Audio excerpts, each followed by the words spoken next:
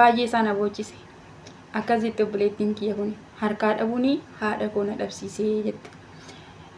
Kaameraan garaa namaa kaasee mul'isu osoo jiraate fuulli namaas osoo akka garaa namaatti bakkeetti mul'ata ta'e namoonni baay'een akka nuti deemnee hospitaala gurguddaa dhaqnee yaallamnuu fi riifarii nu barreessu turan.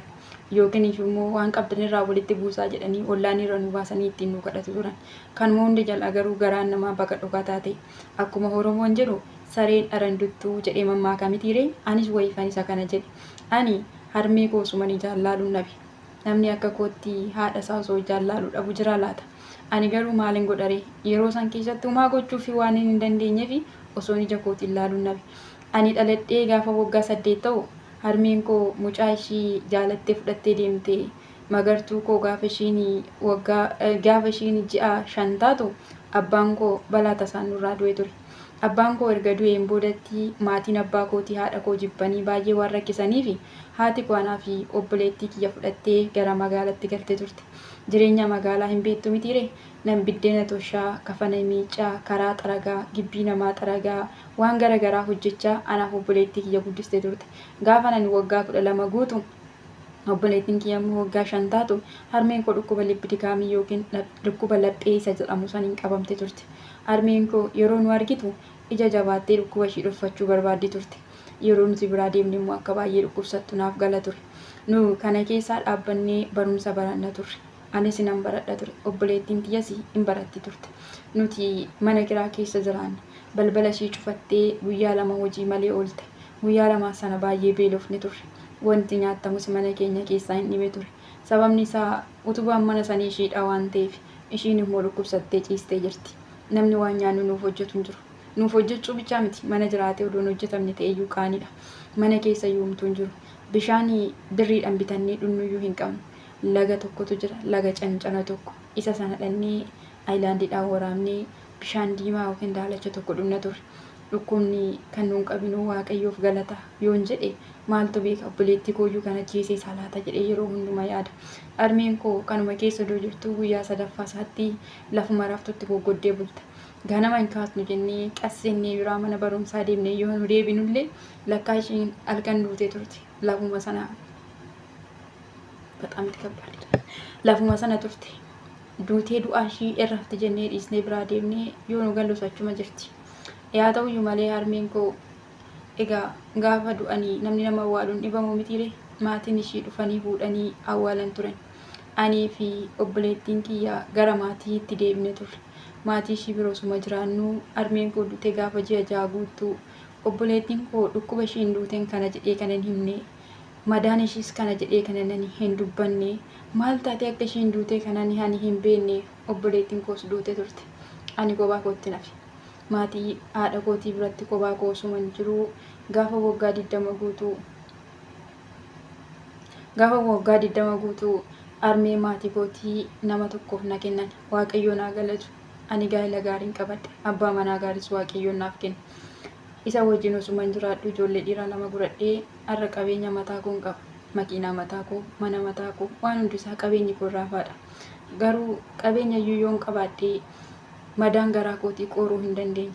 Yeroo hundumaa lafa haati kootii awwaalamte dhaqeen gaafa natti tolesi har'a natti toleera be akkamii sitti toleera obboleettiin koo akkami abbaan koos nagaadha isin nagaa keessanii kunoo ayyaanni geera garuu ani kophaa kootii jedhaan yeroo hundumaa ayyaannis gaafa dhufe. Yeroo hundumaa gisee ayyaannis dhufe dhaqeetti nan gaafadha. Gaafa natti tolesi dhaqeetti nan gaafadha. Gaafa natti bades dhaqee rakkoo kootti madda. Hagarraatti lameen iccitii kootti maddu hiriyyaan kiyya dhugaa haadha koo duwwaadha. Biyyeen ishiittaa salphattu. Dhaqee awwaala ishiirra taa'ee yoon dhaqee boo'ee dhossaa garaa kootiitti maddee deebi'e wanti hundumtuu natti salphata ture. Gaafiin koo deebii naaf argata ture. Baay'ee isaan gammada. Akka waan ijaan ishee argeetti natti tola ture. Harmee koo gaafan bira deemu abbaa koos obboleettii koos gaafadheen deebi'a. Garuu eenyumtuu madaayyee kanan beeku. Gaafan quufee nyaadhe harmee koo odoo beeloftu duute sana yaadadha. Gaafan narraa hafee namaaf godhu harmee koof qoricha birrii 2 bituu dadhabee ishii duute sana yaadadha. Abbaa koollee wayyaa doon dhukkubsatiin du'e. Kan harmee kootii garuu keessa kootii baduu dide. Obboleettiin koollee tasa deemte. Isheen illee hin galte. Harmeen koo garuu odoo ija ishee nu sassattuu meebii nyaattiin jirtu oduu garaa ishee qooqa jiru. Uffattee dirra isheerraa waan qabdu caamma miila ishee argee osoo hin beekin odoon ishiidhaan dabarsa guyyaa tokko jedhee abdii ishiidhaaf galu odoo waadaa ishiidhaa galu lafa abdii ishii san odoon ka'in deemte. Yaa ta'u ka homaa miti anaaf har'a kunuu naa darbiteerti. Ofii kiyyarraa fi nama baay'eedhaaf hin ta'a. Bara sana abdii kutadhee ofis ajjeesuuf yaalan ture. Garuu yoon du'ee seenaa harmee kootii galmaan akka hin geenye waan natti mul'ateef du'a olee har'a jira. Waan isin jechuu barbaadu. Warri waan hundumarra dhaabbattanii abdii kutattanii abdiin kutatina. Du'attis immoo warri hiriira du'aas immoo warri dhaabbattanii du'aaf hin hiriirina. Gaafa tokko osoo hin beekinii waaqayyoon dhufee gara isaatti nu fudhata waan ta'eef. Duuni karaa lamatu jira. Yoo ofii kee of ajjeeste gara si'oolii, yoo waaqayyoo si ajjeese immoo gara si'oolii deemta. Biyya lafaa tanarra waggaa xiqqoo tokko jiraatta. Ishii sanitti immoo ofii kee of hin ajjeesin. Yoo rakkatteyyuu harka namaa ilaalee jiraadhu. Yoo dheebotteyyuu namarraa kadhadhuu dhugi. Guyyaa tokko immoo namaaf akka gootu hin irraanfatin. Biyyi lafaa tuni qixxaa eelee sibiilati. Fuula jalaas fuula gubbaas qabdi waan ta'eef har'a yoo sitti bade boru sitti tola. Har'a yoo sitti tole immoo boru sitti bada. Gaafa sitti tole akka malee gammaddee waaqaaf nama hin wallaalin. Gaafa sitti bades immoo gadditee jireenyarraa abdii hin kutatin. Waan hundumaafuu guyyaan jira jedhiitii of amansiisi. Anuu kunoo madaa kana baadhee nan jiraadha miti. Garuu mee warri madaa akkanaa qabdan akkamittiin akkan keessaa ba'u akkamittiinis immoo garaa koof abdii akkana ni fayyisu natti hima. Koomentii jalatti yaada keessan naa barreessaa. Aniin immoo seeneetti nan dubbisa. Lafni dhaloota kootii yeroodhaaf yaatu. Ammaaf garuu kanan jiraadhu magaalaa Hoolotaati. Baay'een isin jaaladha, baay'een isin kabaja. Yaada keessan koomentii jalatti naa barreessaa. Warri akka kootti abdii kutattan yoo jiraattan immoo aayizoo guyyaan jira isiniin jechuu jaaladha. Isin immoo mi'anaan immoo akkamitti akkanas keessaa ba'u lafa awwaala haadha kootii dhaqu akkamittiin akkanniisu madaa haadha kootii fi obboleettiif abbaa kootii yaadachuu akkamittiin niisu mee natti himaa. Gooftaan isin haa eebbisu. Baay'een isin jaaladha isiniin jette obboleettiin kun. Baay'ee imooshina na godhee seenaa nama baay'ee dubbiseera. Kitaabota seenaa baay'ees nan dubbisa. Ani garuu kan akka barreeffama obboleettii kanaa garaa koo na raasee hin jiru. Baay'ee isaarra deddeebi'ee dubbisee baay'ee isaan bu'aa ture. Sababni isaa haadha dhabuu jechuun bataamti kabbaadidha. Ayyaanni yoo dhufe hunduma isaa haati kun bukkee hin jirtu obboleessa obboleettii bukkeedhaan qabu jechuun baay'ee isaa ulfaata. Baay'ee isaas immoo nama gaddisiisa. Yaa ta'u malee wanti godhamu hin jiru. Yaada keessan koomentii jala kaa'aa. Gooftaan isin haa eebbisu. Eebbifama. Baay'ee isaa na bochise. Akkas jette obboleettiin kiyya kun harkaa dhabuun haadha koo na dhabsiisee jette. Kaameraan garaa namaa kaasee mul'isu osoo jiraate fuulli namaas osoo akka garaa namaatti bakkeetti mul'ata ta'e namoonni baay'een akka nuti deemnee hospitaala gurguddaa dhaqnee yaallamnuu fi riifarii nu barreessu turan. Yookiin immoo waan qabdanirraa walitti buusaa jedhanii ollaan irra nu baasanii ittiin nu kadhatu turan. Kanuma hundi jala garuu garaan namaa baqa dhokataa ta'e akkuma Oromoon jedhu sareen aranduttuu jedhee mammaaka mitiiree anis wayifan isa kana jedhe. Ani harmee koo sumanii jaallaaluun nabi. Namni akka kootti haadha isaa osoo jaallaalu dhabu jira laata. Ani garuu maalin godhare yeroo san keessatti homaa gochuuf waan hin dandeenyeef osoo ija kootiin ilaaluun nabi.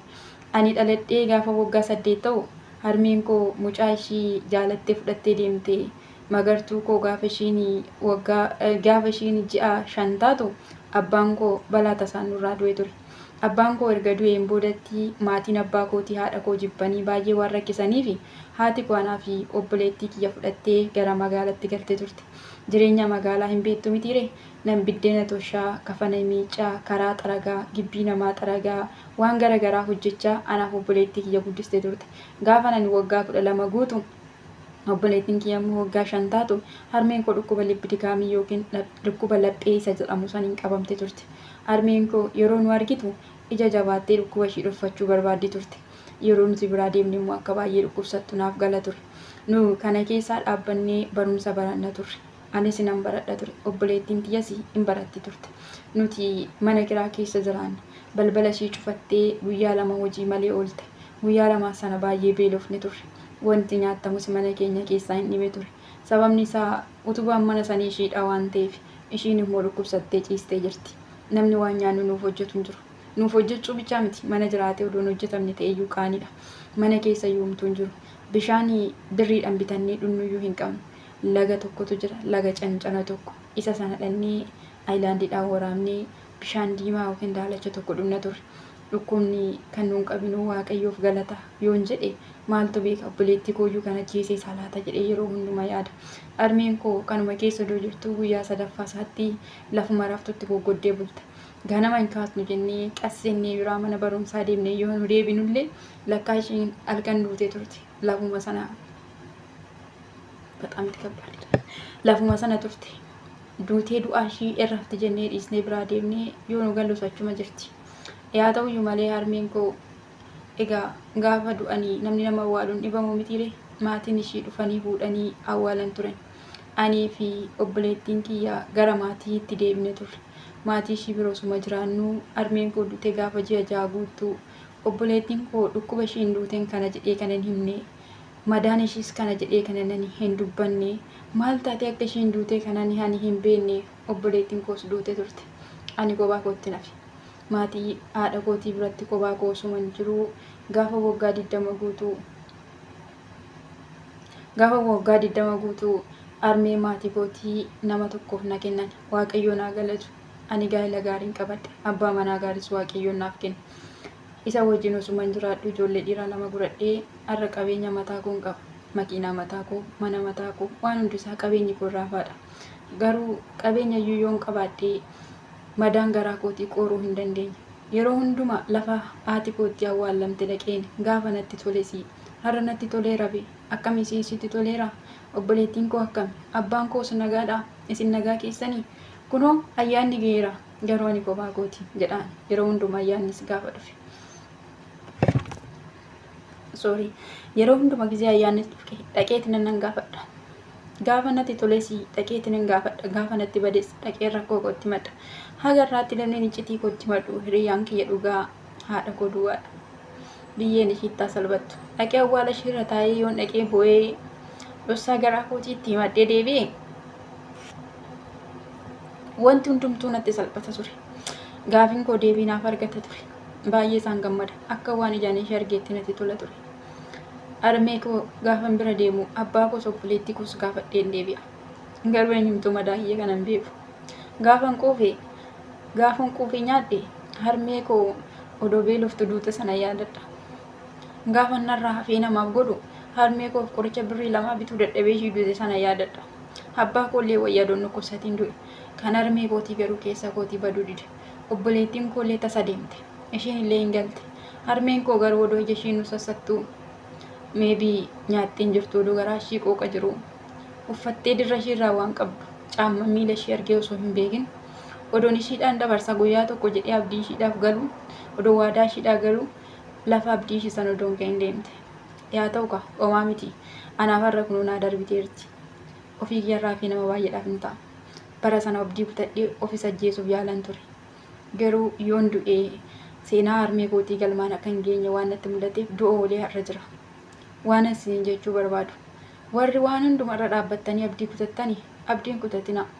Du'attis immoo warri hiriira du'aas immoo warri dhaabbattanii du'aaf hin hiriirina. Gaafa tokko osoo hin beekinii Waaqayyoon dhufee gara isaatti nu fudhata waan ta'eef. Duuni karaa lamatu jira.